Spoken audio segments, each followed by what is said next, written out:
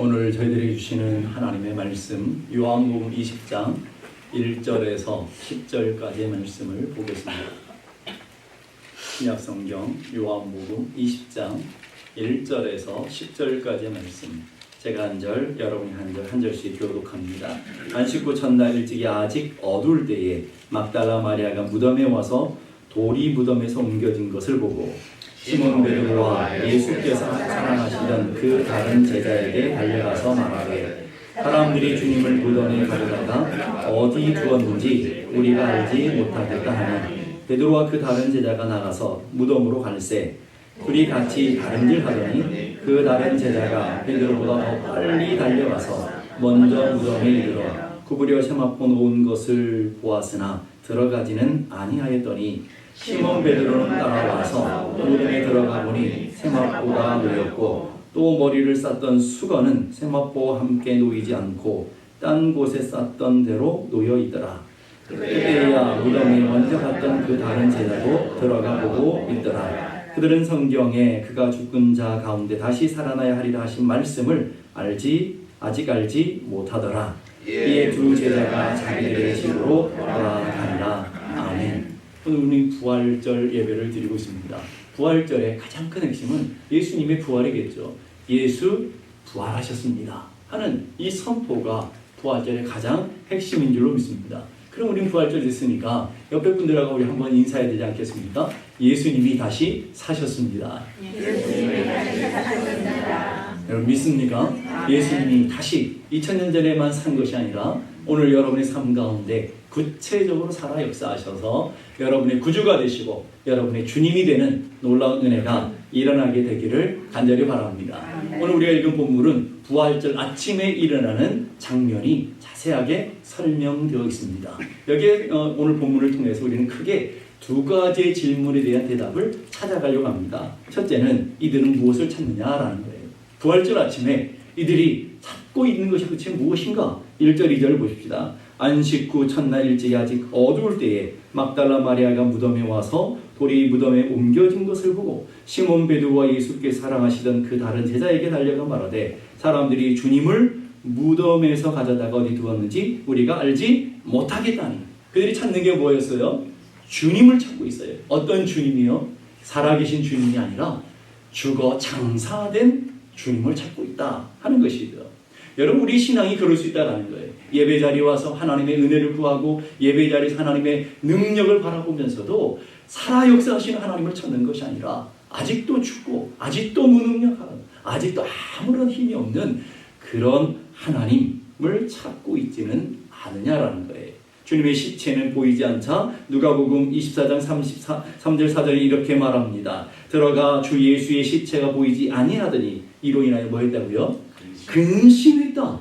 아니, 주님의 시체가 보이지 않으면 기뻐해야 되잖아요. 주님의 시체가 보이지 않으면 감사해야 되잖아요. 왜? 하나님의 약속의 말씀대로 주님이 부활하셨구나, 이렇게 믿었어야 되기 때문에. 그런데 왜 근심할까요? 왜 주님의 시체가 없다고 왜 이렇게 낙심해 있을까요? 믿음이 없기 때문에 그런 거예요. 어떤 믿음이요? 주님이 하신 말씀을 믿지 못하기 때문에. 자, 주님은 이미 마태복음을 통해서 계속해서 주님이 이 부활을 예언하셨다라는 것을 마태복음은 강조하고 있습니다. 예수님이 부활을 증거하는 마태는요, 그가 말씀하시던 대로 살아나셨느니라. 그가 그냥 살아난 것이 아니라 주님이 말씀하신 대로, 주님이 살아 역사하실 때 계속해서 제자들에게 말씀하셨던 그 말씀대로 살아나셨다라고 증거하고 있는 것을 보게 됩니다. 마태복음에 보게 되면 16장 21절 보니까 이때로부터, 베드로가 신앙 고백을 한 이때로부터예요. 예수 그리스도께서 자기가 예루살렘에 올라가는 이유를 설명해요. 장로들과 대제사장들과 서기관들에게 많은 고난을 받고, 다음에 고난받는 것으로 끝나지 않고 죽임을 당하고, 또 죽임으로만 끝나지 않고 제3일에 살아나야 될 것을 제자들에게 비로소 가르치셨다, 알려주셨다. 이렇게 한 번만 말씀하시며 했다면, 잊었습니다. 주님, 한 번 얘기하시면 내가 어떻게 기억합니까? 이럴 수도 있을 거예요. 근데 그 핑계를 대지 못하도록 조금 더 갔더니 다시금 반복해요. 마태복음 17장 22절 23절 보십시다. 갈릴리에 모일 때에 예수께서 제자들에게 이르시되, 인자가 장차 사람들의 손에 넘겨져 죽임을 당하고, 로마 손에 넘겨 죽임을 당했잖아요. 십자가에 죽임을 당했어요. 그다음 거기서 끝나는 게 아니라 제3일에 살아나실 것을 얘기하셨다. 살아날 것이다. 두 번 얘기했으면 잊어버릴 수도 있어요. 한국 사람은 3세판을 좋아하잖아요. 조금 더 갔더니 주님께서도 다시 말씀하세요. 마태복음 20장 17절. 더 핑계하지 못하도록 아주 못 박으시는 말씀이 나옵니다. 이 마태복음 20장 17절 보니까 이방인들에게 넘겨주어 그를 조롱하며 채찍질하며, 이방인 로마 사람들이죠. 로마 사람들에게 넘겨준 주님을 조롱당했습니다. 채찍을 맞으셨습니다. 그리고 십자가에 못 박혀 죽으셨습니다. 그리고 죽음으로 끝난다 얘기 아니하고 성경은 계속해서 이렇게 말해요. 제3일에 살아나야 할 것을 얘기하셨다. 제3일에 살아날 것이다. 제자들에게 말씀하시고 주변에 있는 사람들에게 끊임없이 말씀함에도 불구하고 그들은 그 말씀을 믿지 못했다는 말이죠. 그래서 무덤에 가서 죽은 주님을 찾고 있고, 그리고 죽은 주님의 시체가 없다고 낙심하고 절망하고 있다는 것이죠. 그때 천사가 나타나서 하는 말씀이 있죠. 누가복음 24장 5절 6절 보십시다.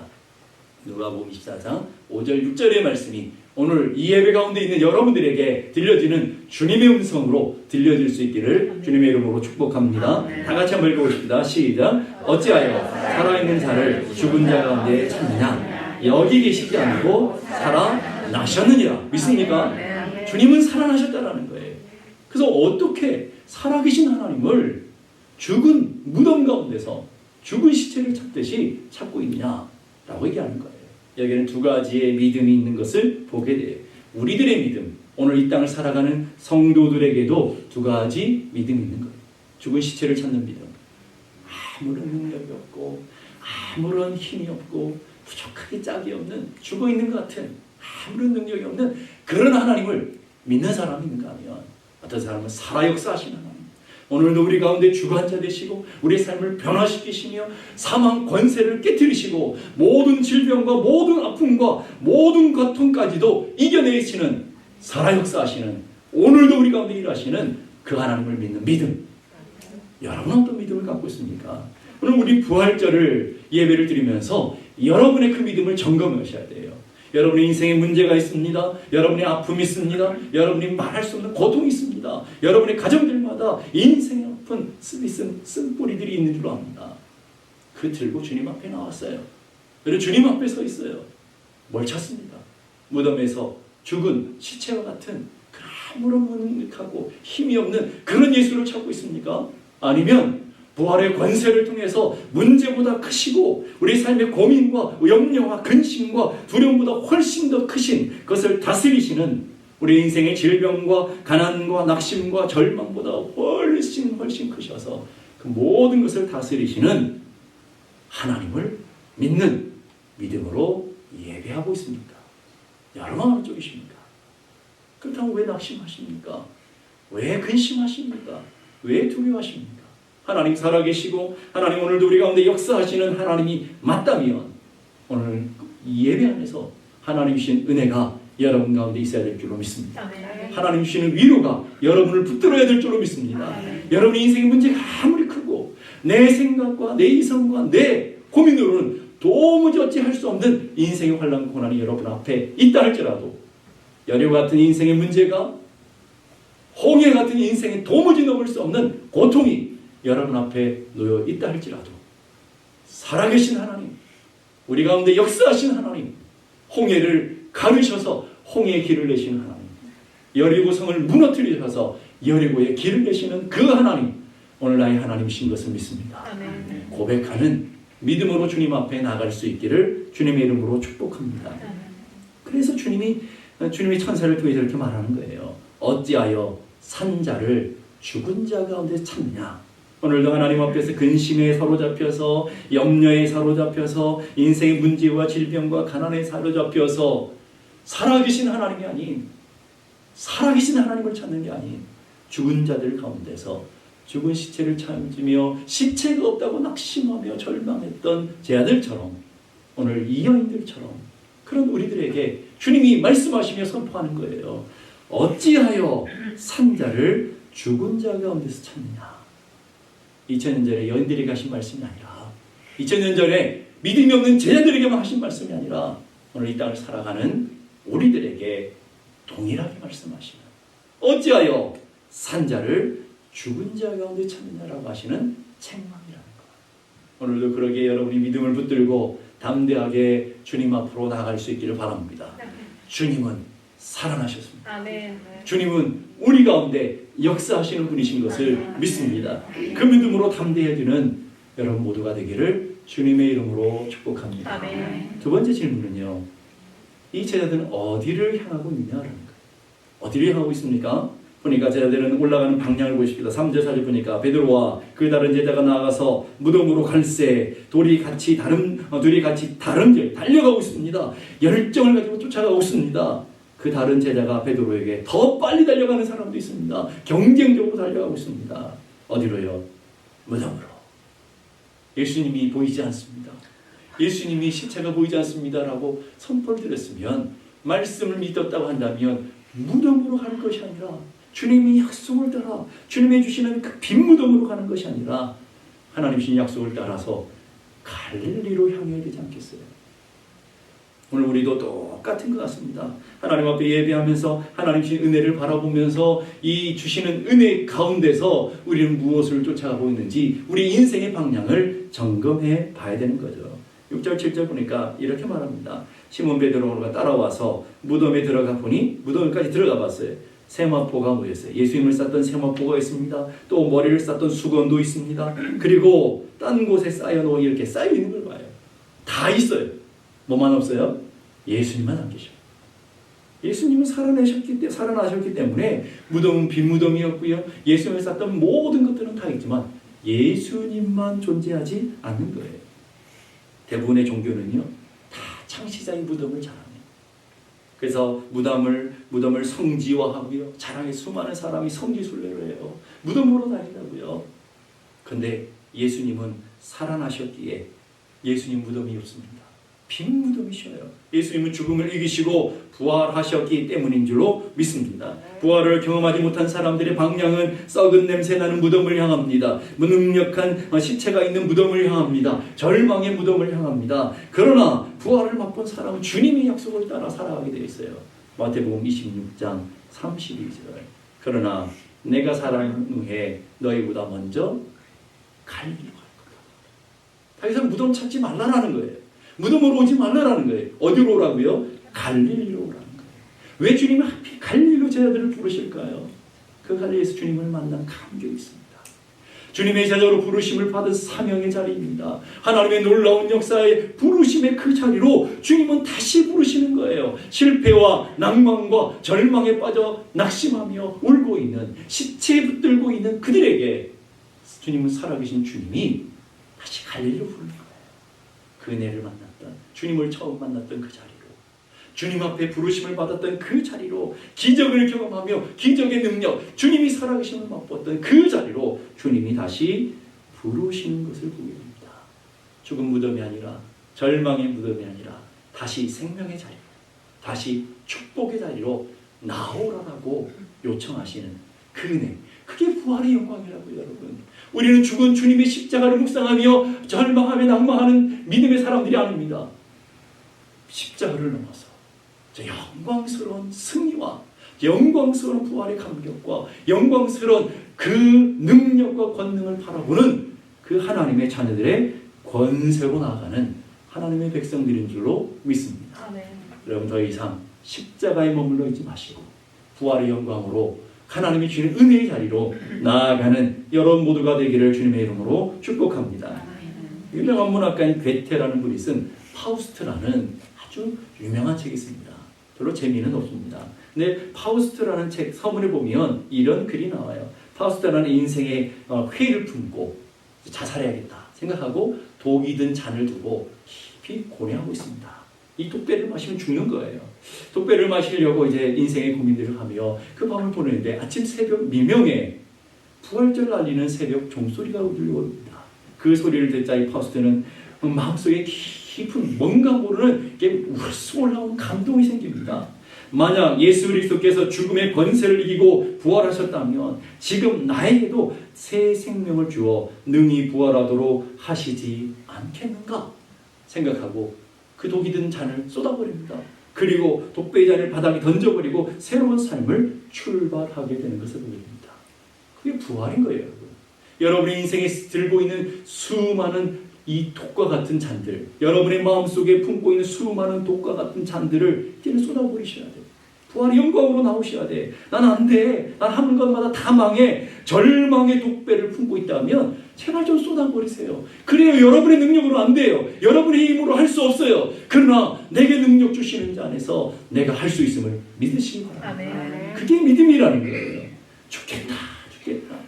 다른 사람들은 그렇게 말합니다. 근데 예수 믿는 사람은 똑같아요. 이래서 죽겠다 저래서 죽겠다. 염려와 실패의 독배를 들고 여러분 그걸 무한 사랑하며 그렇게 사랑할 것도 아닌데 마음에 깊이 묵상하며 살아가는 사람이 있습니다. 이제 부활의 소리를 듣고 있다고 한다면 그 염려와 두려움과 낙심의 그 독이 든 잔을 쏟아버리시기 바랍니다. 여러분의 마음속에 품고 있는 그 독배를 쏟아버리시기 바랍니다. 주님이 위로자십니다. 주님이 우리의 힘이 되십니다. 나의 힘이 되신 여호와여 내가 주님을 사랑합니다. 담대하게 앞을 향해 나가는 부활의 능력을 받기를 바랍니다. 누구 때문에? 난 저 인간 때문에 괴로워. 저 인간 만나는 건 내 인생의 일생의 최고의 고통이야. 이런 여러분의 인생의 원망과 부정의 독배를 품고 있다면 그건 여러분의 인생에 아무런 일도 주지 않습니다. 여러분의 인생을 가로막는 쓴뿌리가 되어지고 여러분의 인생이 거친 돌이 되고 말 것입니다. 주님이 나의 힘이십니다. 주님이 나의 영광이십니다. 주님만이 나의 능력이십니다. 주님만이 내 살 길이십니다. 주님이 나의 선한 목자가 되십니다. 그 어떤 두려움도 어떤 인생의 절망도 우리를 가로막지 못할 줄로 믿습니다. 그 믿음으로 담대하게 나가는 부활의 아침이 되기를 주님의 이름으로 축복합니다. 폭풍을 지던 어느 겨울밤이었습니다. 세찬 비바람이 불고 천둥 번개가 창문을 흔들게 했습니다. 전기마저 다 나가 칠흑 같은 어두운 밤, 온 가족이 두려움과 공포와 추위에 떨었습니다. 추위를 이겨내기 위해 온 가족이 서로 부둥켜 안고 참으로 이 무서운 밤을 보내야만 했습니다. 그 사납고 무섭게 하던 그 깊은 칠흑 같은 밤을 지나 아침, 아빠 가슴에 안겨 잠자던 어린아이가 아빠에게 묻습니다. 아빠, 어제 그 천둥 번개와 비바람과 추위 속에서 하나님 무엇을 하고 계셨습니까? 이 아이의 아주 깊은 질문이었을 것입니다. 그 질문을 든 아버지가 이렇게 말합니다. 애야, 하나님은 어젯밤 이렇게 찬란한 아침을 만들고 계셨단다. 오늘같이 이 찬란한 아침을 너에게 주려고. 그게 하나님이신 것입니다. 우리 인생의 어두운 밤이 되고 우리 인생의 고난의 깊은 수렁을 통과하는 분들도 분명히 있을 것입니다. 지금 부활의 예배를 드리지만 여러분의 마음속에 근심과 염려로 사로잡혀서 어찌할까 낙망하시는 분들도 있을 것입니다. 그래서 하나님 앞에 부를 거예요. 인생의 자녀들의 문제 앞에, 인생의 건강의 문제 앞에, 깨어진 관계들 앞에, 여러분의 인생의 물질과 인생에 닥치는 장래의 문제 앞에 낙심하며 하나님 도대체 뭘 하고 계십니까? 하나님 살아계시다는데, 하나님 역사하신다는데, 하나님 우리를 사랑하신다는데 하나님 도대체 어디 계십니까? 하나님 이 시간, 이 칠흑 같은 인생의 밤 하나님은 못하고 계십니까? 라고 질문하실 분도 있을 것입니다. 하나님은 그 어두운 밤 우리에게 주실 찬란한 새벽을 준비하고 계십니다. 죽음의 밤, 인생의 고통의 밤, 부활의 아침을 준비하시 부활의 영광과 부활의 능력으로 모든 사람들 앞에 보여주셨던 것처럼 오늘 인생의 여러분의 칠흑 같은 밤, 고통의 밤을 지나는 분들에게도 새날은 열려질 줄로 믿습니다.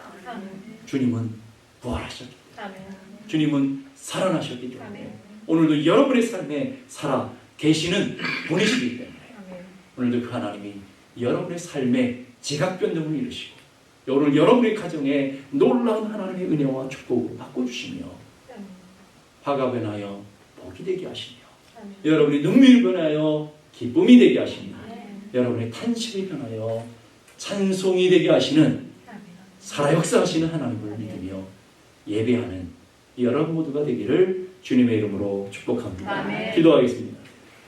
이 시간 우리 함께 다 같이 기도하십시다. 하나님, 우리는 절망의 깊은 밤을 보내고 있습니다. 혹 인생의 고통의 순간순간들을 보내는 분들도 있을 것입니다. 주님 앞에 기도하면서 주님 어찌하고 계십니까? 하라고 무덤에 갇혀있는 것 같은 하나님 도대체 어디 계십니까? 하나님 나를 사랑하고 계시는데 사랑하신다는데 하나님 못하십니까? 라고 하는 깊은 인생의 시름과 고통의 질문을 갖고 있는 분들도 있을지도 모릅니다.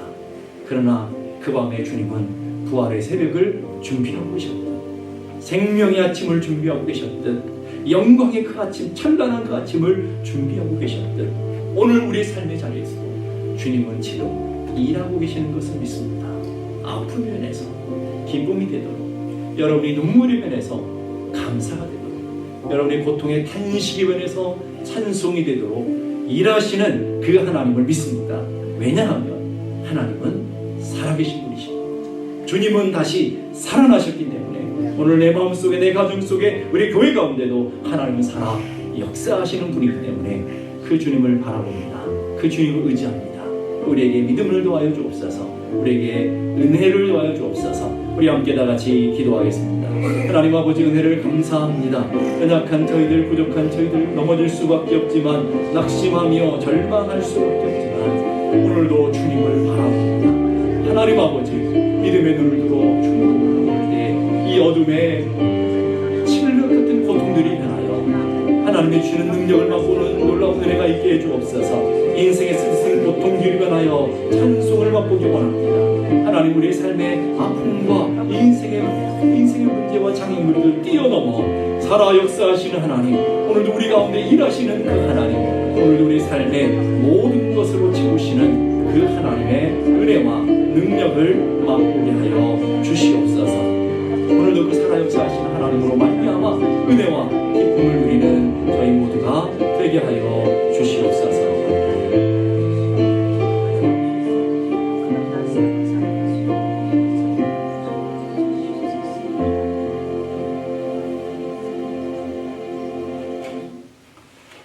두려워 마십시오. 하나님이 여러분의 아버지가 되십니다. 염려하지 마십시오. 하나님은 살아 역사하시는 분이십니다. 힘을 내십시오. 하나님이 반드시 여러분을 도우실 것입니다.